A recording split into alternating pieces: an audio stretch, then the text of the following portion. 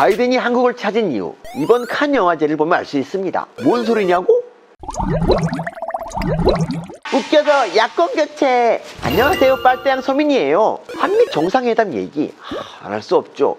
의제도 많았고 재밌는 일도 많았고 메리드업 같은 거, 그래서 보는 국민들도 즐거웠는데 어찌됐건 이번 회담 엄청 이례적이었습니다. 우리 대통령이 취임한 지 11일 만에 미국 대통령이 먼저 찾아왔으니까 그동안 없던 일이잖아요. 근데 궁금하지 않으세요? 대체 바이든은 뭐가 급해서 이런 파격적인 행보를 했을까요? 그 답은 바로 IPEF입니다. 이거 이번 회담에서 한미 정상이 긴밀히 추진하기로 약속한 경제협정인데요. 우리말로 인도태평양 경제 프레임워크고요. 미국, 한국, 일본, 호주, 뉴질랜드, 싱가포르, 인도, 베트남 등이 참여하기로 한 다자간 경제협정이에요. 나라 면면을 보니까 이 태평양 주변 나라들이 회원국 같은데 이 굵직한 나라가 하나 안 보이죠?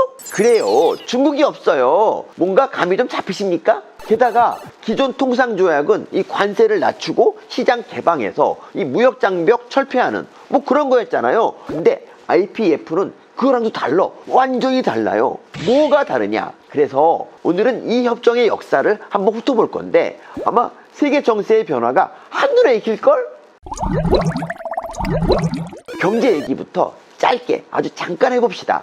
이 설악산 사람들이 자기들 먹겠다고 대관령에서 광어를 양식한다고 쳐요. 이건 너무 비유가 너무 좀 그렇지 않냐? 근데 대관령에서 무엇으로 광어를 키워? 사 먹는 것보다 돈이 더 들어요. 마찬가지 이유로 이 제주 함덕 바닷가 사람들도 벼농사 안 짓습니다. 모래땅이라서 벼농사가 돈 낭비거든요. 그냥 사 먹는 게 훨씬 더 효율적입니다. 근데 이 설악산이나 제주 함덕을 하나의 나라라고 생각해 보세요. 함덕 사람들도 쌀 먹어야 되는데 이 관세 때문에 쌀이 너무 비싸다면? 그러면 어쩔 수 없이 벼농사 지어야 하잖아요. 모래땅에다 비효율적으로. 역시 설악산 사람들도 이 관세 때문에 광어가 너무 비싸면 바닷물 끌어다가 대관령에 광어양식장 지어야 됩니다. 이거 얼마나 낭비입니까? 이 세계 여러 나라가 이 자유무역을 하는 이유가 바로 이래서입니다. 각자가 제일 잘 생산할 수 있는 걸 생산하고 필요한 건 다른 나라에서 사서 먹자.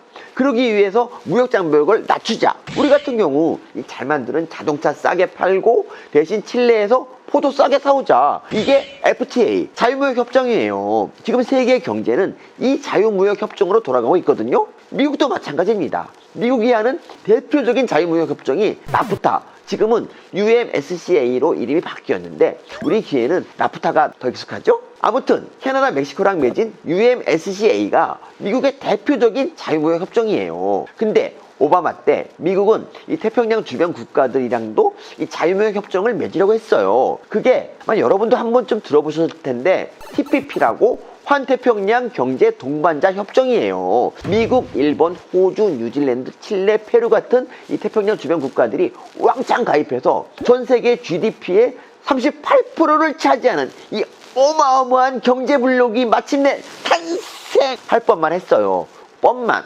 왜 뻔만 했냐? 트럼프가 대통령 되면서 탈퇴해버렸거든요. 아메리카 퍼스트. 이분은 여러 나라가 자유로우면 안 되는 분이잖아. 어쨌든 협정에서 미국이 빠졌다? 그럼 안고 없는 찐빵이고 한동훈 없는 법무부고 손흥민 빠진 토트넘이고 저 없는 빨대양이지. 협정이 돌아가겠어요? 당연히 TPP가 깨지지. 그래서 이거 살려보겠다고 나선 나라가 일본입니다. 미국도 다시 부르겠다면서 일본이 협상을 주도하는데 그게 이름 너무 어렵다. CPTPP예요. 근데 마침 트럼프가 계선에 실패하고 미국 대통령이 바이든으로 바뀝니다. 일본 입장에선 희소식이죠. 미국이 다시 TPP에 복귀할 수 있으니까. 근데 바이든이 싫대요. 자기네는 새로운 경제 틀을 만들 거래요. 그래서 이 어마어마한 경제 블록이 무주공산이 돼버려요. 그렇지? 그럼 이걸 탐내는 나라가 있겠지? 그렇습니다. 중국이요. 그래서 작년에 중국이 이 CPTPP에 가입 신청을 합니다. 자, 이제 세계 지도를 한번 봅시다. 유럽에는 EU, 북미에는 UMSCA, 그리고 아시아에는 중국이 주도하는 RCEF. 이거 우리도 가입해서 올해 발효됐는데 이게 굵직한 자유무역 경제 블록들이에요. 여기에 태평양 주변으로 CPTPP가 더해지겠죠? 근데 보세요. 미국이 딸랑 북미만 있잖아. 아시아 태평양 시장에서 중국이 미국을 완전히 쫓아낸 거예요. 미중 갈등이 한창인데 이러면 중국이 승리한 건가? 근데 이 포인트에서 우리가 눈여겨봐야 할 부분이 하나 더 있습니다. 이 중국이 주도하는 이런 자유무역이 잘 굴러간다면 어떤 일이 벌어질까? 제주 함덕 사람들이 호남 사람들한테 맨날 쌀을 사다 먹었죠. 근데 어느 날 태풍 때문에 논이 다 날아갔어. 그래서 함덕에 팔 쌀이 없어요. 그럼 함덕 사람들은 어떻게? 이제 와서 논 만들 수도 없고, 논 만들다가 사람들 굶어 죽게 생겼는데? 끔찍한 일이죠. 그런데 이런 일이 실제로 벌어졌습니다. 바로 코로나 사태 때 이 중국 공장이 안 돌아가니까 우리 자동차 생산 라인이 멈춰버렸잖아요. 미국은 마트에 생필품이 동나버렸습니다. 근데 코로나는 불가항력이라서 이 전 세계가 똘똘 뭉쳐 견뎠잖아요. 근데 만약 불가항력이 아니라면 어떤 나라가 의도를 가지고 공급을 막아버린다면 이런 일도 실제로 벌어졌습니다. 바로 우크라이나에서 이 러시아 푸틴이 우크라이나를 침공하니까 서방에서 러시아에 경제 제재를 가했잖아요. 근데 이게 안 먹혀. 유럽 사람들 에너지를 몽땅 다 러시아에 의존하고 사니까 러시아 에너지를 안 쓰면 살 수가 없으니까 이 경제 제재를 해봤자 효과가 없는 겁니다.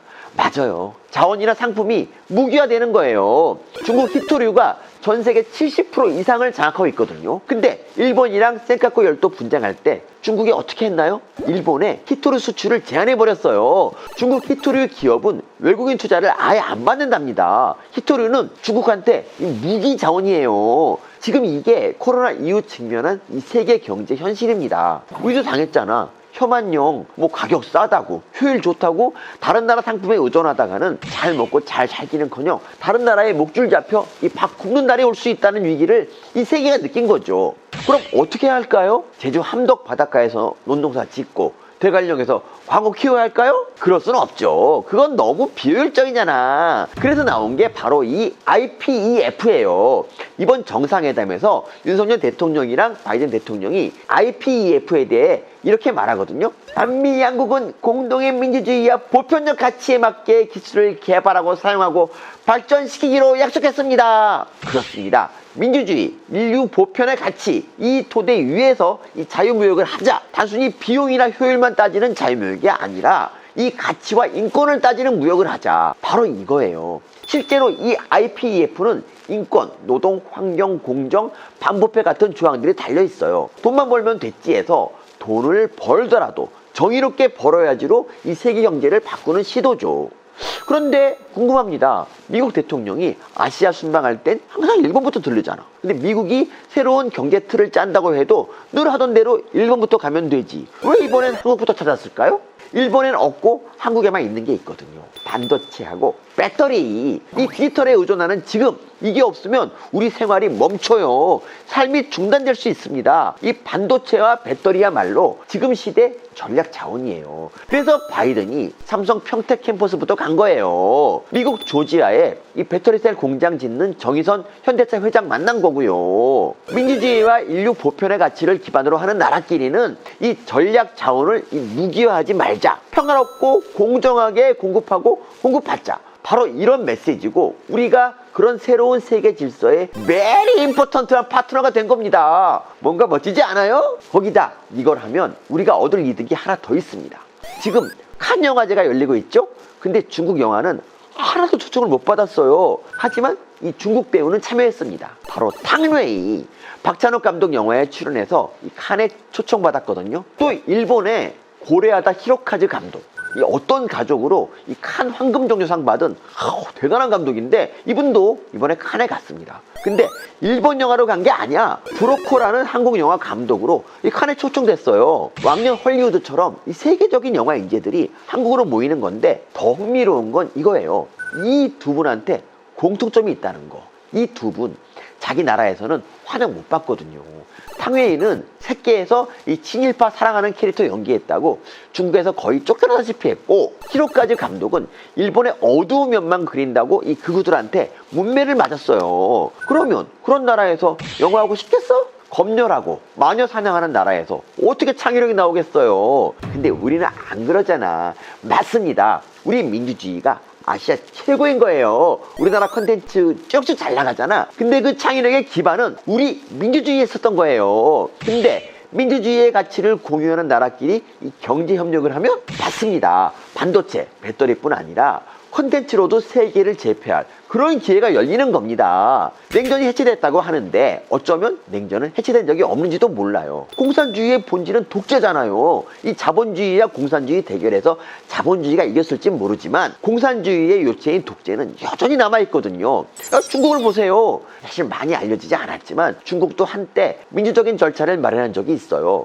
마오쩌둥한테 권력이 너무 집중되니까 이 문화혁명 같은 비극이 벌어지더라. 이 권력이라는 건 한 사람한테 너무 오래 집중되면 안 되겠더라. 이걸 문화혁명을 통해 배운 덩샤오핑이 만든 게 있습니다. 집단 지도 체제랑 주석 연임 제한. 근데 이 민주적 절차를 없애고 혼자서 종신 집권하라는 사람이 있죠? 그래요. 시진핑입니다. 원래 4년이던 임기를 요래요래 헌법 바꿔서 현재 22년째 집권하고 있는 사람도 있어요. 이 사람 죽지만 않는다면 최장 37년간 집권할 수 있는데 그래요. 러시아 푸틴이에요. 이 냉전으로 갈라졌던 세계 질서는 지금 이 독재와 다시 맞붙고 있습니다.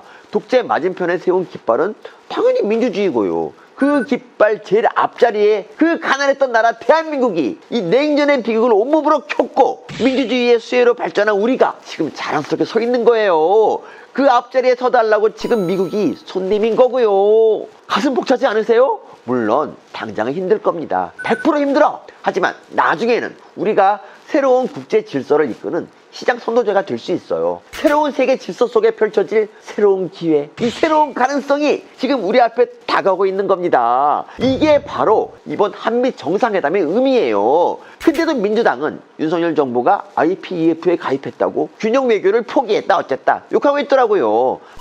국제사회를 보는 눈이 어쩜 이렇게 구닥다리고 퇴행적이냐. 민주당 아저씨들 능력 없으면 공부라도 좀 하세요. 공부해야 사기도 치는 거야. 니네가 30년 동안 사기치던 레파토리 바이든이 다 끝났대. 교수님, 예. 빨대원은 언제 물러나실 거예요? 말짱은 종신이야. 에이! 목표 30년 벽에 뭐 칠할 때까지 할 거야. 아, 똥 칠하러 가야겠다. 더러워.